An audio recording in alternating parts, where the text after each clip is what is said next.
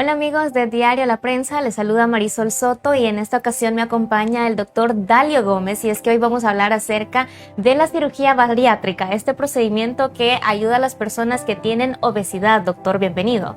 Hola Marisol, muchas gracias por la invitación. Sí, cómo no. Sí, la cirugía bariátrica es un tratamiento que ha venido a revolucionar el campo de la obesidad, ¿verdad? Como recientemente sabemos, pues la obesidad es una enfermedad más, una enfermedad crónica que requiere tratamiento. En muchos casos son tratamientos de largo plazo, ¿verdad? O sea, son tratamientos para toda la vida. Eh, Existen algunas otras terapias como los fármacos de última generación, análogos de GLP-1 y otras cosas, pero también la cirugía, digamos, que ofrece esa oportunidad de hacer, digamos, un cambio importante en el largo plazo y que el paciente se acomode también a un cambio importante en el estilo de vida, y eso desde un mecanismo hormonal hace que haya una pérdida de peso y también una reversión de ciertas enfermedades como diabetes tipo 2. Bien, y es que sabemos que recientemente pues se ha conmemorado el Día Mundial de la Obesidad y pues por eso la importancia de este tema, que quizá muchas personas desconocen que existe esta opción para poder mejorar su salud. Pero cuéntenos cómo se realiza la cirugía bariátrica. Existen varios tipos de procedimientos, pero básicamente el método por el que nosotros realizamos estos procedimientos es a través de cirugía mínimamente invasiva, o sea, cirugía laparoscópica. La gente popularmente lo conoce como el famoso láser, que dicen. Las vesículas hoy en día, cirugías de cálculos en la vesícula, apendicitis y todas esas cosas ahora se hacen así, ¿no? Inclusive cirugías de hernias y todas estas cuestiones de abdomen, porque son cirugías abdominales al fin y al cabo. Se realizan por acceso mínimamente invasivo. Eso implica pues únicamente incisiones pequeñas en la piel por donde uno accesa a través de pequeños canales de trabajo por donde introduce pinzas milimétricas y uno observa a través de una cámara de alta definición en pantallas grandes lo que está ocurriendo ahí adentro sin necesidad de abrir al paciente de par en par y digamos provocar una reacción en el cuerpo, ¿no? Que podría generar tal vez más dolor y un poco más de incapacidad a la hora de recuperarse. Entonces esa es la manera en la que la realizamos hoy en día, y lo que hacemos básicamente, digamos, es como ir a hackear el sistema ahí adentro metabólico, que al fin y al cabo es lo que controla nuestro apetito, nuestra saciedad y la manera en la que se comporta nuestro sistema digestivo a la hora de responder al estímulo del alimento. Bien, doctor, ¿y qué personas pueden someterse a este tipo de cirugía? ¿Nos referimos a las edades? ¿Hay una edad mínima, máxima o alguna condición? Si padecen de alguna otra enfermedad, ¿pueden someterse o no? Sí, no hay como una edad así límite, ¿verdad? Básicamente podríamos decir que entre los 18 y los 65 años son como las edades típicas. Pero digamos que los extremos más allá pueden recibir alguna evaluación dependiendo de cada caso particular. Ya podríamos, digamos, de ahí en adelante individualizar, porque simplemente por la edad no podemos como excluir a alguien si realmente necesita el tratamiento, y podemos darle más beneficio que excluyéndolo nada más y diciéndole que por la edad no califica, ¿no? Hemos visto muchos casos que tal vez tienen 16 años, digamos, y tienen un problema muy severo. Ya hemos visto tal vez tipos de esa edad que están batallando desde muy niños, desde temprana edad, y han estado con endocrinólogos, con nutricionistas, sus pediatras están ya intensamente trabajando con ellos, y a pesar de eso no han logrado, digamos, resultados contundentes, y lo que están ya buscando es algo más especial como esto. Y lo otro es también en el otro extremo, ¿no? Los mayores de 65. En ocasiones vemos también pacientes mayores de 65 que no necesariamente están deteriorados de salud y que pueden accesar a este tipo de tratamientos. Ahora bien, en cuanto al tamaño de la persona, también es otro aspecto que nosotros valoramos, porque no todos los tamaños califican, ¿verdad? Es dependiendo del tamaño de la persona. Nosotros utilizamos algunas clasificaciones especiales para esto. Eso ya en el consultorio el médico lo estima, pero digamos que para que una persona tenga cierta noción de lo que nosotros hacemos, básicamente es categorizar a los pacientes en algunas, lo clasificamos, ¿verdad? Dependiendo del grado de severidad del problema, nosotros decimos si califica o no. A veces tenemos pesos, digamos, arriba de 35, 40 libras por encima de su peso ideal, y tal vez pudiera ser que ese paciente califique, si tiene algunas condiciones agregadas, como por ejemplo diabetes tipo 2, un hígado graso severo o alguna otra condición como síndrome metabólico que también viene a deteriorar su salud y que la cirugía podría obtener un beneficio adicional. Entonces habría que individualizar los casos. Pero en general, digamos que los extremos de la vida y ese tema de los pesos tal vez un poquito más bajos, podríamos nosotros considerar algunos detalles en especial, ¿verdad? Pero eso en términos generales. Bien, ¿y qué riesgos puede conllevar una persona que, bueno, puede arriesgarse una persona que se somete a una cirugía bariátrica? Pues como cualquier cirugía, ¿no? Obviamente son procedimientos invasivos y nosotros vamos a ir a modificar cosas. Entonces tenemos que ir con todos los detalles del caso bien estudiados. Entonces normalmente los pacientes tienen que realizarse su rutina de exámenes generales y tienen que ir a visitar un cardiólogo inclusive para que nos diga cuáles son su estado general de salud y su condición cardiovascular previo a un procedimiento de estos. La gran mayoría de pacientes califican y no tienen, digamos, un riesgo cardiovascular aumentado como para un desenlace adverso postoperatorio o como para un riesgo anestésico alto. Entonces, digamos que no hay un riesgo alto en la gran mayoría de pacientes, por lo menos los que nos buscan a nosotros, ¿verdad? Es como cualquier otra cirugía, digamos como una cirugía de vesícula o como una apendicitis. De hecho, en la mayoría de estudios que se han hecho a nivel mundial, comparando este tipo de cirugías con esas otras que se realizan, digamos, también de manera común, de hecho, este tipo de cirugías, como las vesículas y las apéndices, tienden a tener un poquito más de tasa de complicaciones en los primeros 30 días porque suelen ser cirugías, digamos, de emergencia. Y las cirugías bariátricas son cirugías electivas, o sea que nos da tiempo de preparar al paciente apropiadamente y no lo hacemos de emergencia el procedimiento. Entonces es más raro ver todavía complicaciones en este tipo de pacientes siempre y cuando nosotros tomemos todas las precauciones del caso. Bien, y cuando hablamos de preparar al paciente, pues es un proceso en conjunto, pero también el paciente por su cuenta me imagino que debe tener algunos cuidados. ¿Cuáles son esos cuidados previos y posteriores a la cirugía? Sí, parte importante es el tema nutricional.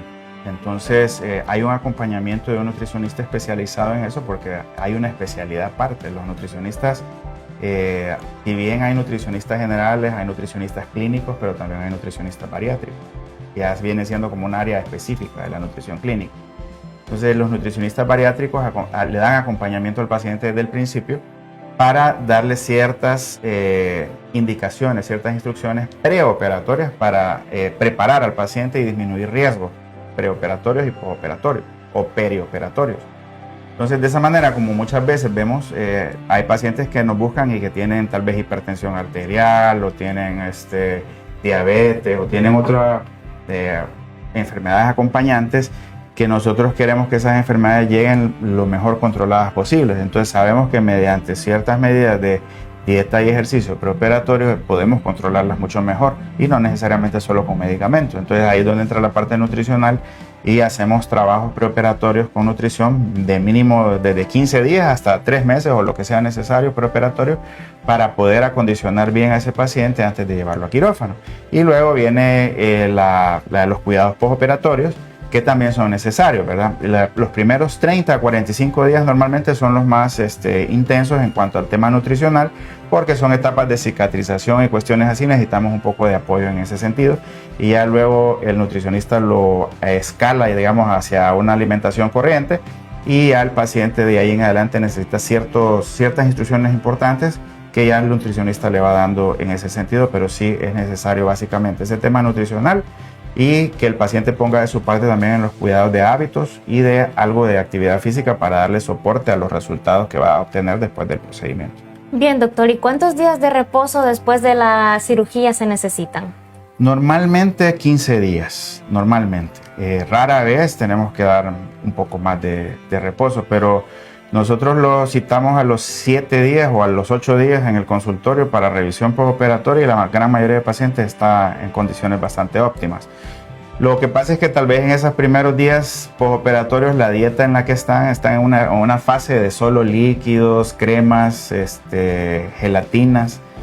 Entonces no da suficiente sustento como para que realicen actividades normales. Entonces hay que esperar a que cambien de etapa como para poder, digamos, ya iniciar actividad normal, ¿verdad? Entonces por eso normalmente 15 días, básicamente. Bien, y si la persona a lo largo de su vida o del tiempo que pase después de esta cirugía no tiene esos cuidados necesarios, ¿es posible que vuelva a tener el peso que tenía antes de la cirugía? Sí, existe la posibilidad. Claro que la posibilidad es menor. Si el procedimiento estuvo bien indicado y bien realizado, porque ese es otro tema también, ¿verdad? Procedimientos mal indicados, mal realizados, también ponen en riesgo la durabilidad. Eso es un tema que lo podemos hablar en otra plática, ¿no? La técnica quirúrgica con la que se desarrollaron o la indicación, porque hay procedimientos para cada tipo de paciente, ¿verdad? Pero bueno, si estuvo bien indicado, estuvo bien desarrollado, bien realizada la técnica, entonces hay buena durabilidad siempre y cuando el paciente venga y lo cuide. Eso en comparación con no operarse, digamos que ofrece una durabilidad 90% mucho más eficaz que no operarse, ¿verdad? Porque normalmente el paciente que nos busca a nosotros para recibir un tratamiento de este es el paciente que no obtiene beneficios o resultados por otros métodos, ¿verdad? El paciente que ya lo ha hecho varias veces el intento de controlar peso a través de dieta, ejercicio o hasta fármacos. Entonces lo que observa generalmente es que sí baja algo de peso, pero no logra sostenerlo en el tiempo, ¿verdad? Rápidamente otra vez recupera peso. O se le hace sumamente difícil sostener la pérdida de peso, tiene que hacer cosas básicamente heroicas para poder controlar el peso. Entonces ese tipo de pacientes son los que nosotros tratamos con la cirugía, y ya cuando ellos se operan notan el cambio dramático en su peso, que se les hace mucho más fácil alcanzar pérdidas de peso importantes y que esas pérdidas de peso se vuelven mucho más sostenibles en el tiempo. Pero no significa que esos resultados sean imposibles de vencer. Si el paciente no cumple, digamos, con las recomendaciones importantes de mantener una alimentación balanceada y los hábitos saludables, claro que puede volver a recaer en el tiempo. Recordemos que las enfermedades crónicas degenerativas como esta requieren un acompañamiento para toda la vida. Y por eso requieren también que nosotros estemos interviniendo en el largo plazo en el acompañamiento de este tipo de pacientes. Bien, doctor, y aquí en Honduras pues tenemos alguna estadística o alguna cifra aproximada de cuántas personas se someten a esta cirugía. No hay datos oficiales,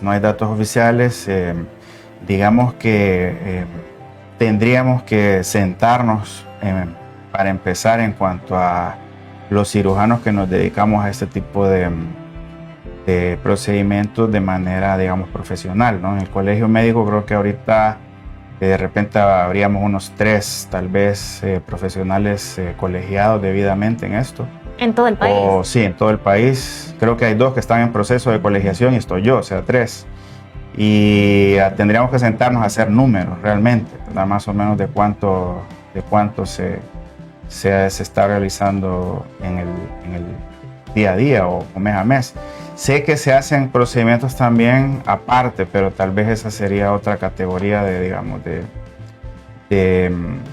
realización de este tipo de procedimientos, ¿no? Pero digamos de manera profesional, colegiada, quizá andaríamos, por lo menos de manera nosotros en el centro, sí tenemos una estadística, ¿verdad? De manera